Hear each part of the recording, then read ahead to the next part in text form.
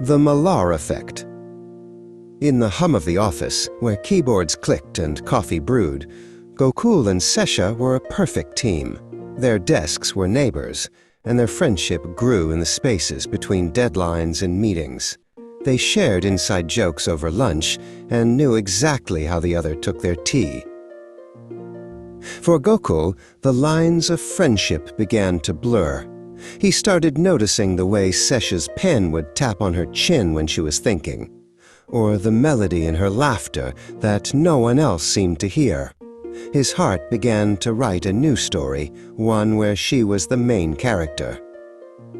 To test the waters, Gokul invented a character.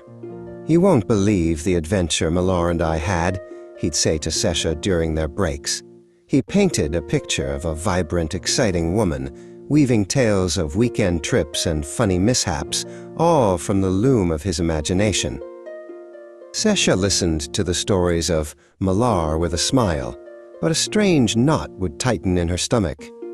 She told herself it was ridiculous to feel annoyed by someone who wasn't even there, yet she couldn't shake the feeling of an unwanted shadow falling over their sunny friendship.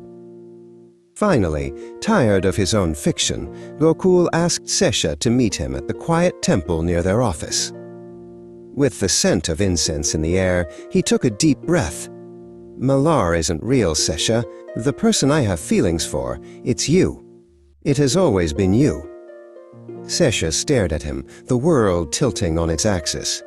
The stories, the confession, it was all too sudden. Overwhelmed and confused by a mix of emotions she couldn't untangle, she shook her head. "I'm sorry, Gokul," she whispered, the words hurting her as much as they hurt him. "I just see you as a friend." Though his heart felt heavy, Gokul's kindness never wavered. He gave her space, but never his absence. When she was buried in work, her favorite snack would appear on her desk. When a project failed, a comforting note would be waiting. He showed his love in a quiet language of care. And slowly, Sesha began to understand. She saw the depth of his affection not in a grand proposal, but in the 100 small, selfless things he did. She finally recognized the knot in her stomach for what it was: jealousy. Her heart had known the truth long before her mind was ready to accept it. That night, she called him. They met on a deserted road, the city a distant glow around them.